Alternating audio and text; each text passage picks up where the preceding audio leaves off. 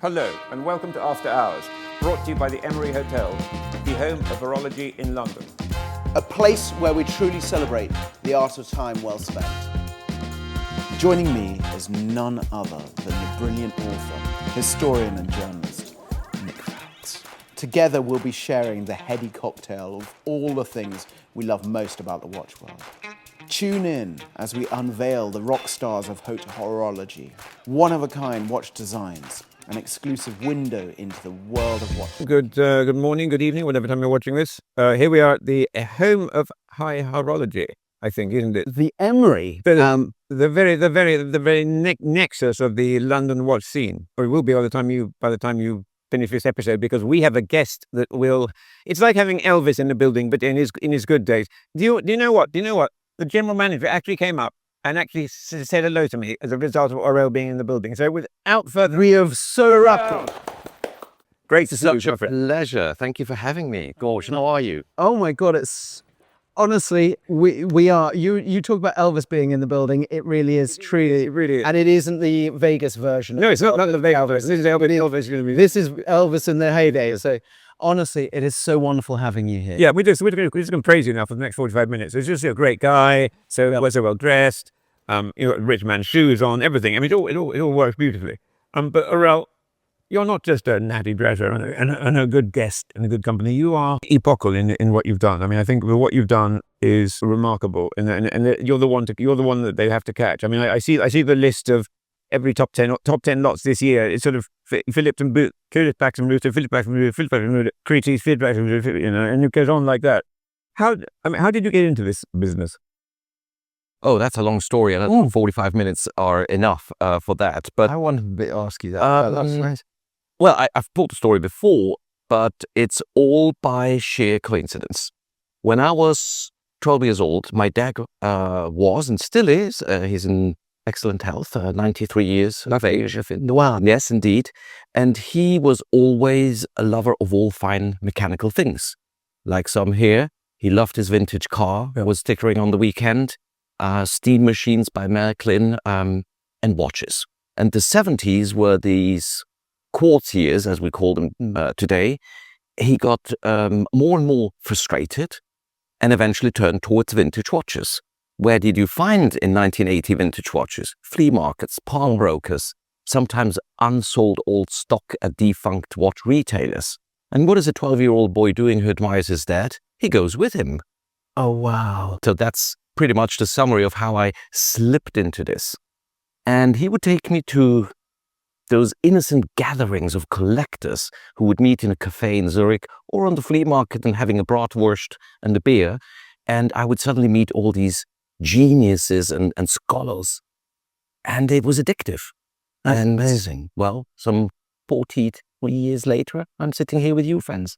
But it is fantastic. I remember it used to be almost watch. It'd just be the dirty secret. I remember I think it was the Time Museum catalogue. They had the guy there, and he had these very valuable pocket watches, and they have the 2499 wristwatch. The sad thing is for him, all these things put together, super not half the 299 is. So, what do you think has brought this a passion for the wristwatch about?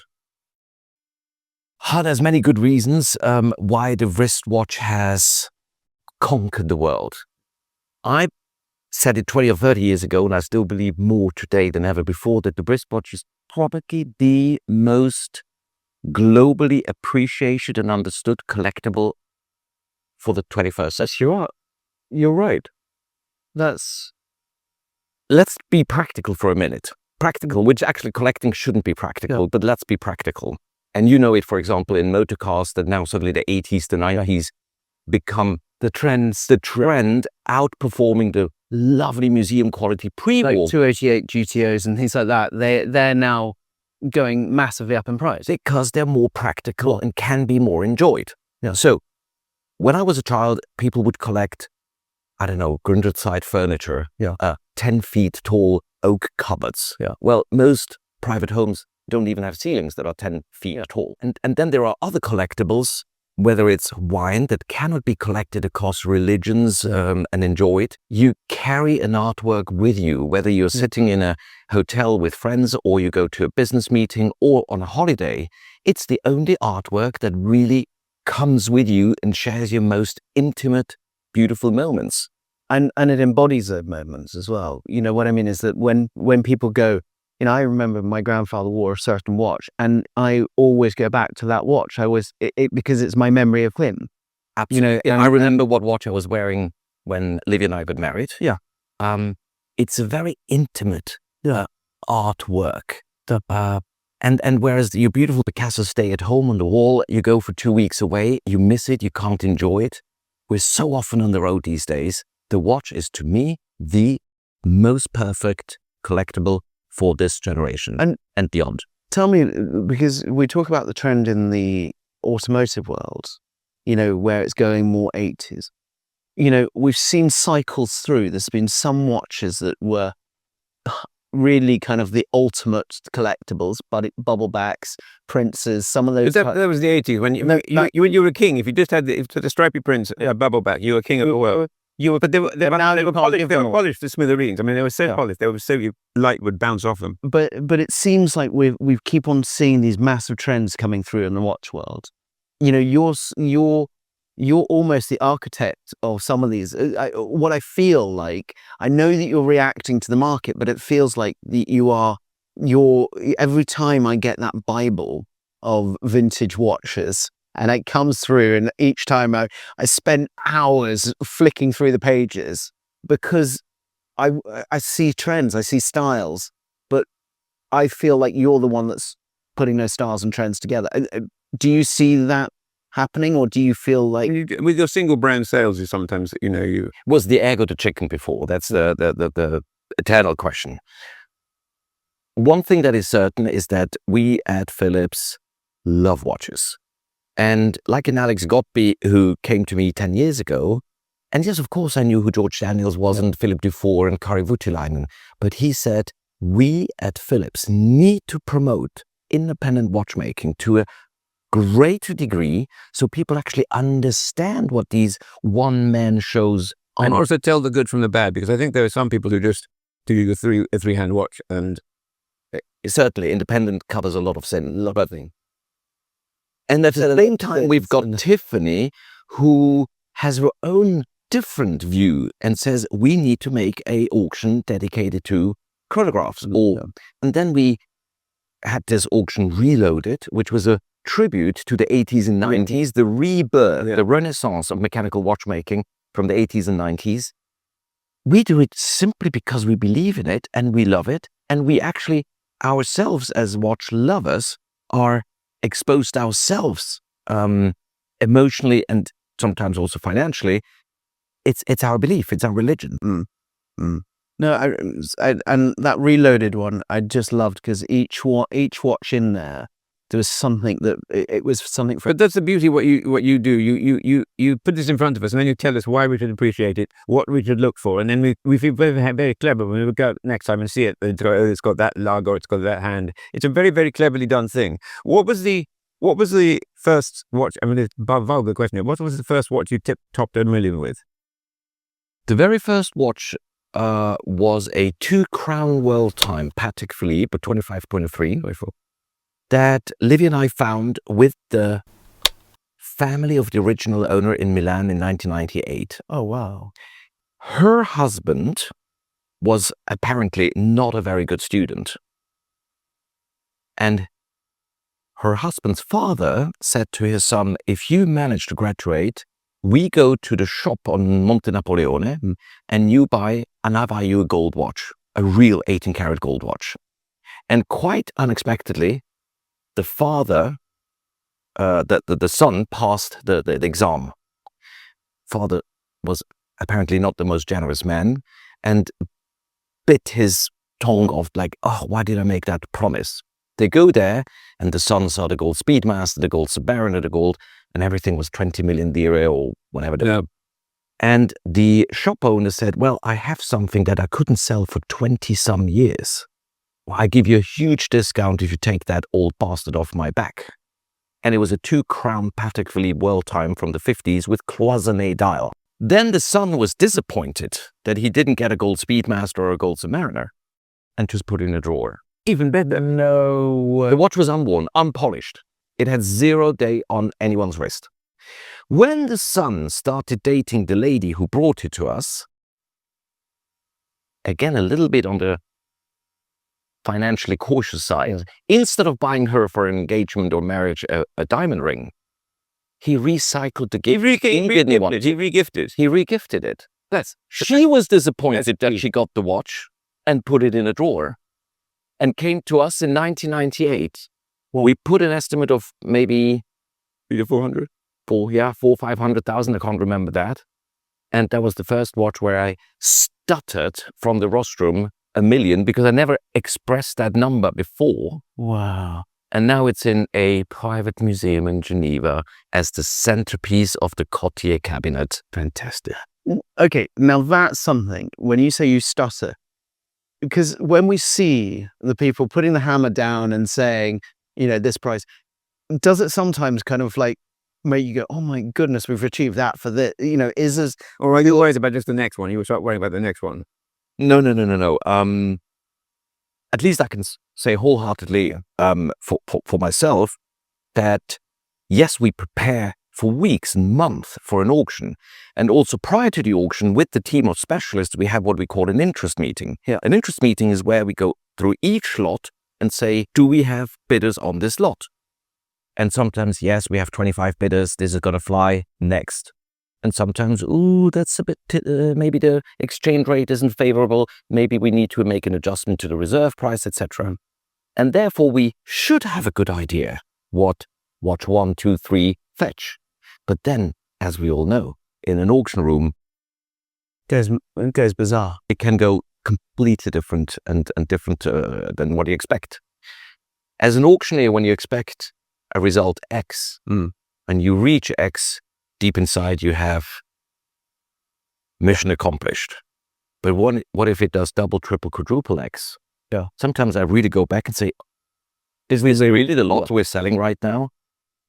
In recent seasons, the market has been so strong, so passionate that it happened more often. It is part of being portable art, basically, and an asset that people. I mean, I don't like to think of them as assets, but is it the people viewing it as an asset that has driven the prices so high? Because they are very special watches as well.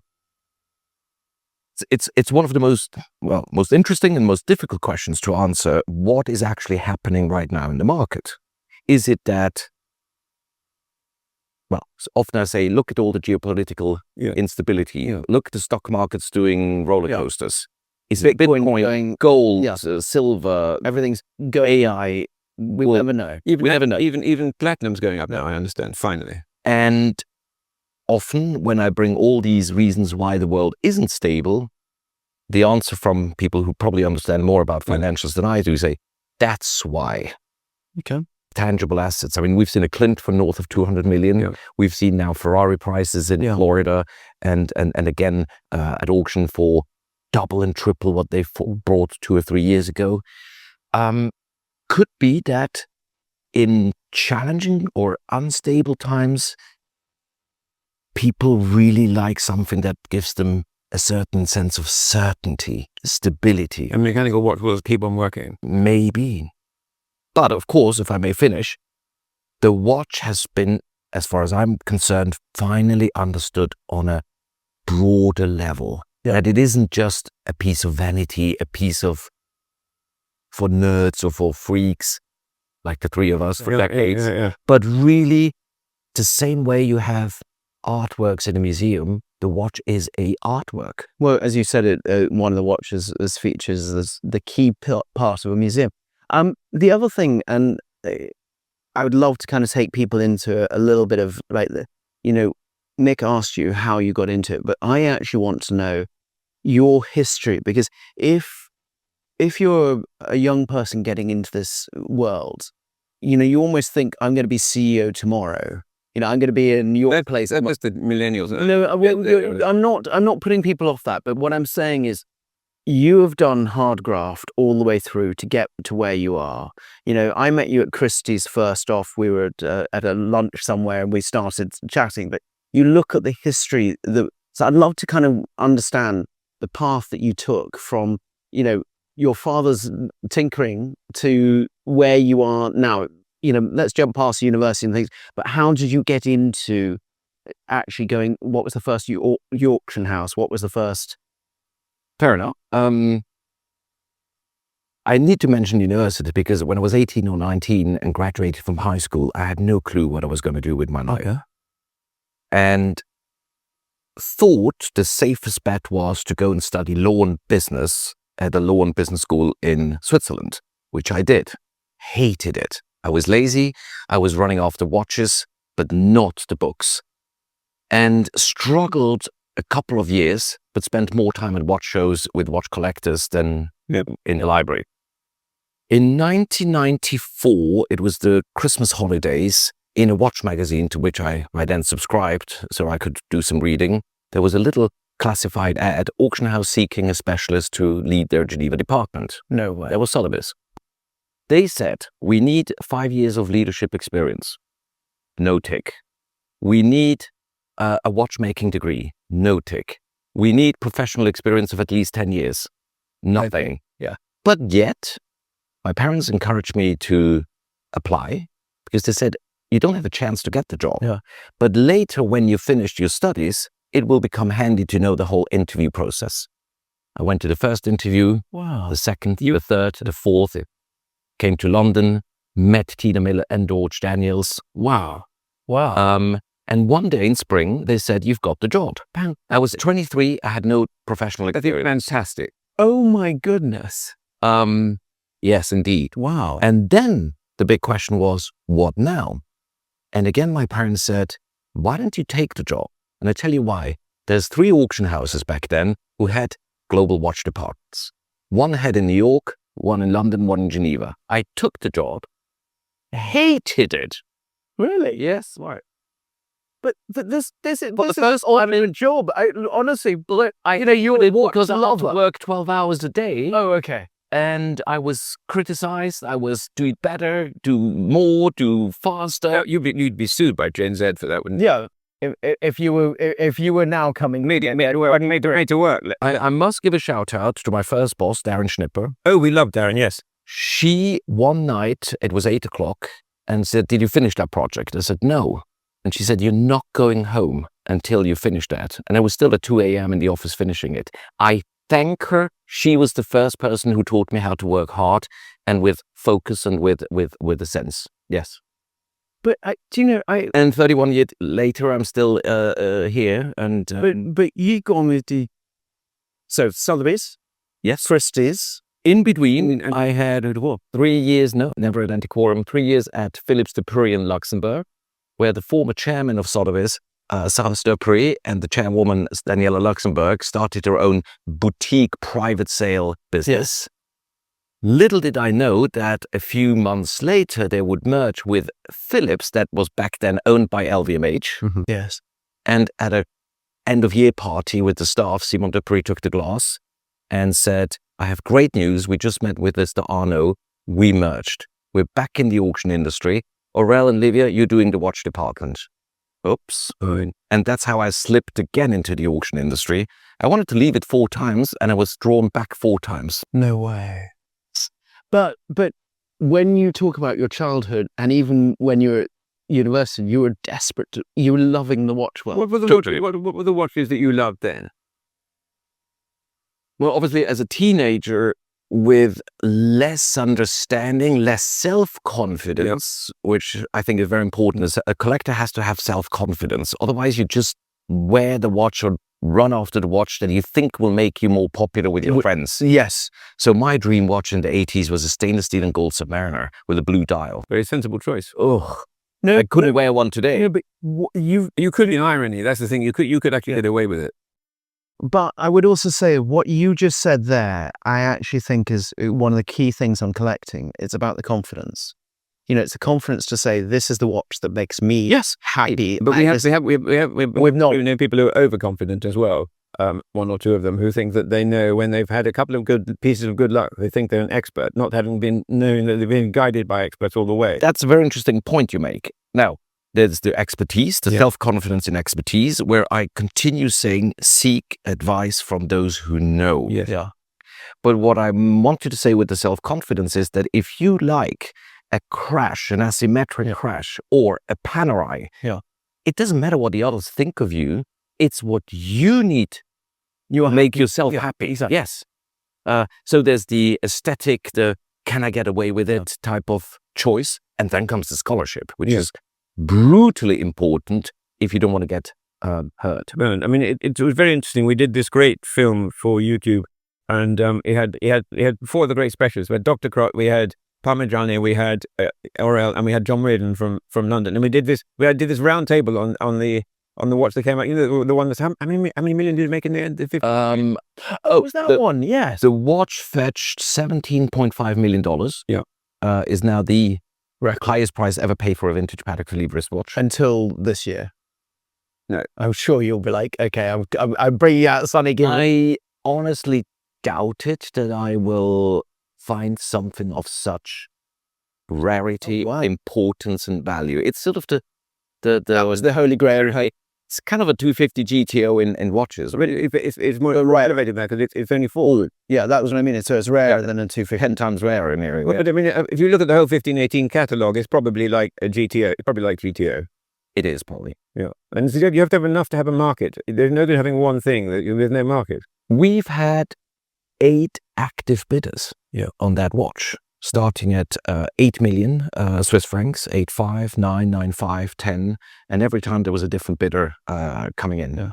I love when you just went, yep, boom, boom, you know, because you knew where they were sitting, you knew who was on the phone. I bet you visualized everything and still got it in your, because that was amazing. More or less. I was nervous, of course. It's like a fortune teller picking. I can see an old woman crying here. Oh, my mother's just died. You know, you pick them out in the audience. It's a show. It's a show. I tell you, it's a show. It's the best show in town.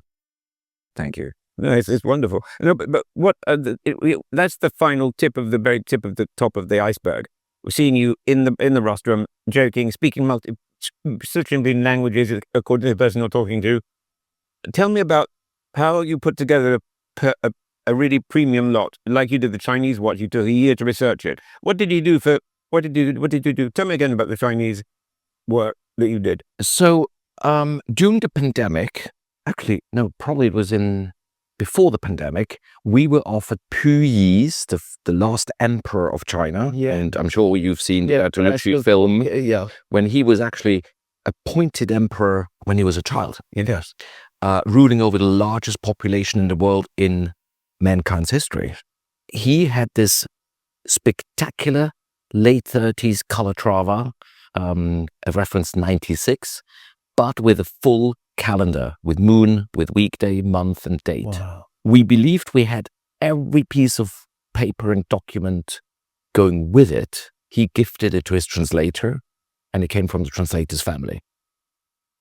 But we wanted to absolutely go to the bottom. So first, is there a picture of Puyi wearing it? Yeah. Second of all, as we believed it was the original alligator strap from 1939 staying in the watch, we went and looked for descendants of Puyi in China, and we're going to ask them for a hair sample. So we could match the DNA with the sweat on the strap. Wow. And brought the watch here to London to the world's #1 crime. So you became a true detective. You were Sherlock Holmes. That is our job. This is what I love. And then you, when you said it so beautifully as well. So you made a film, didn't you, about it? We made a film showing everything we've done to reconstruct its story. Then they found via the Puyi Museum the former curator who met Puyi's butler decades ago, who remembered Puyi and the watch, and remembered that Puyi scratched off the lower half of the dial as he wanted to see if the dial was made out of platinum. And I think it took us 3 or 4 years to do from A to Z. The consignor was amazing and gracious and said, it's good for everyone if we do this research. The research costed us probably as much as a semi-detached house not far from here. And it was worth it with the fan, his watercolors. Honestly, when you saw us in the brochure, it was one of those things that. And I mean, this is what I love about how you do it. You really, it's kind of like Raiders of the Lost Ark. Yeah. Sometimes you have that, you come across something and it sort of almost glows out of the sort of drawing. What are some of the things you've been? You know, Indiana Jones. You even looking a bit Indiana. You are. They were like I'm like, But what are some of the greatest barn finds you had? Barn finds, well, that world time, obviously, that I mentioned before, was a barn find to that extent. yeah. But, well, the Puyi itself was one, the Paul Newman of Paul Newman, that the world was looking for decades since it vanished from Paul Newman's wrist. And one evening I was sitting late in the office, the landline rings, and the man said, "Hi, Aurel, yes, I have Paul Newman's Paul Newman." I first thought it was a hoax. One of my colleagues wanted to just play sort of like a hidden camera with me. Oh my God. And after about an hour spending with this gentleman on the phone, he knew details that only the owner of the watch could know. And I started to believe this is real. And shortly later, I was off to California to meet him. Wow. So so these watches are still existing, and they're existing in someone's safe or on their wrist, and not knowing. So it's There are still, and literally, if you look here over this beautiful skyline, I'm quite sure Emory. that we could pinpoint at a window and go into that bedroom's drawer and find some unbelievable treasure. What would you like to discover? What are the things that you're sort of that you would love to get your hands on and look at one day that you haven't already seen? We've seen some. Well, there are some watches we know exist, but we don't know where they are, because we also don't know what else exists. Okay. For example, some 20 years ago, we've discovered a platinum Patek Philippe 2497 with black enamel brigade numerals. Oh, wow. Never mentioned in literature, never shown black and white or on social media or anything. We could not believe our eyes. It's sort of like if you found a Ferrari that had a 16-cylinder engine and you say that should not exist because there's no trace in literature of such a thing.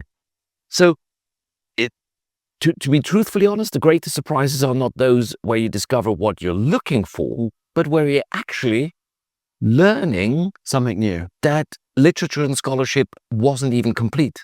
And that's the one thing that I was wondering about, because there's always a naysayer on certain watches. You go to the nth degree on research and you say this is this, but there is this kind of some people go, well, that's wrong, or this is wrong, or You can't listen to the haters. no. But for me, I did that once and it really upset me. No, so for me, never look at the comments. But what I'm asking is, when you've done all this research, when you're stepping behind a watch and you say this is this, and you've got people that are saying, okay, well, this may be wrong. That you're going to the archives, you're going to this, DNA testing, you're going to the nth degree. So it almost seems like you're going to the proper books to find the information. But if I'm right, this market is only going to grow, and the number of watches will stay static. So they're going to become ever more valuable. So this is what you have to do. You have to, there's a fake or fortune program. Do you know this? Yeah. It's like that. And you have to, and I mean, you once said to be weighing screws and things like that. So 3 questions have come up now in one moment. So, in art, and you know it from motor cars, you have 10 scholars and 11 opinions. Yeah. That's often the same way. And I accept that. Yeah. First, what we all have to understand, that whether it's a vintage motor car, a vintage furniture, an artwork, these were made by hands. Yeah. And that's the difference from an industrial product.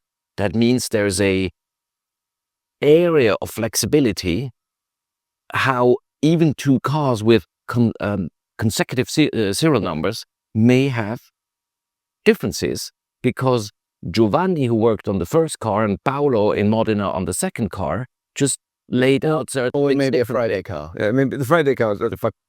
I mean, in England, what we call the Friday car, the actual lunchbox sometimes got welded inside the car. I mean, there was the car. It was the car. It was when I had the Bentley. It's a Friday car. Yeah, it was made on a Friday because everyone wanted to get home. So not in the Swiss world, but Now, at the same time, it is hopefully understood in so many products like cars and watches that over half a century, some repair had to be done. Yes.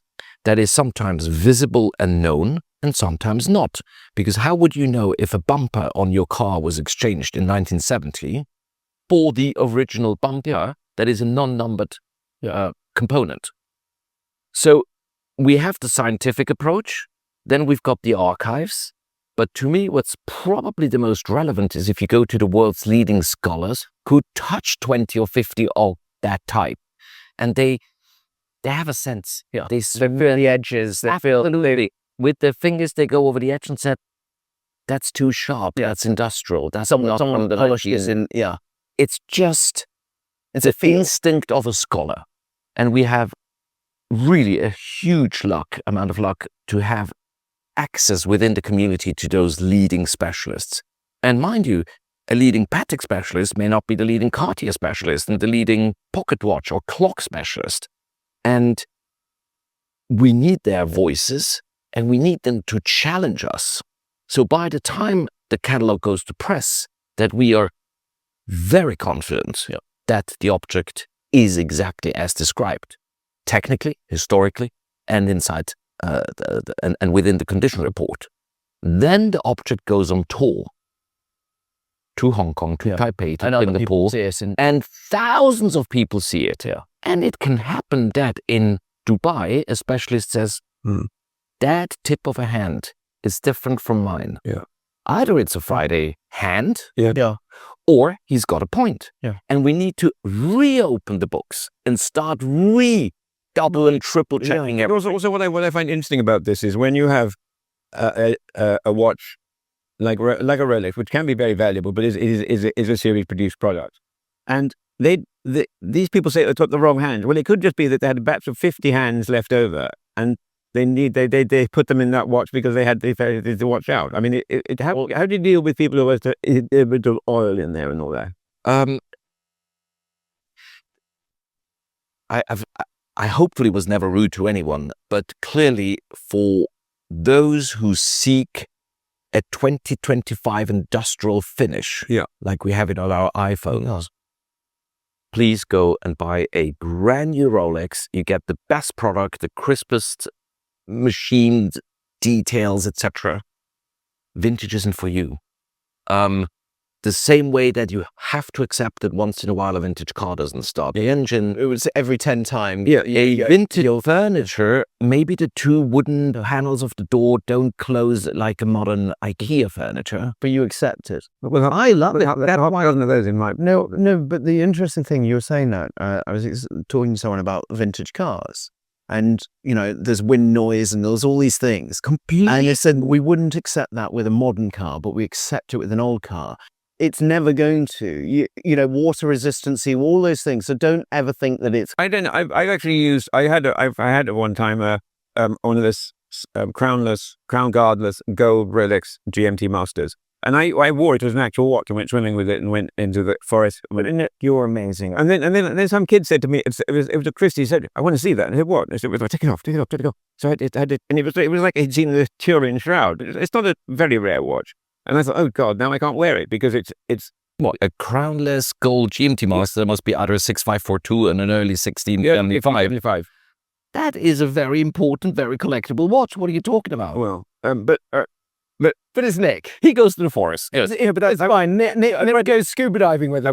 But the great thing is, it is fine. I mean, that's what's acceptable about it. It is. I was writing a book. I was writing a book about Beretta at the time, and I went on the hunting trip with them.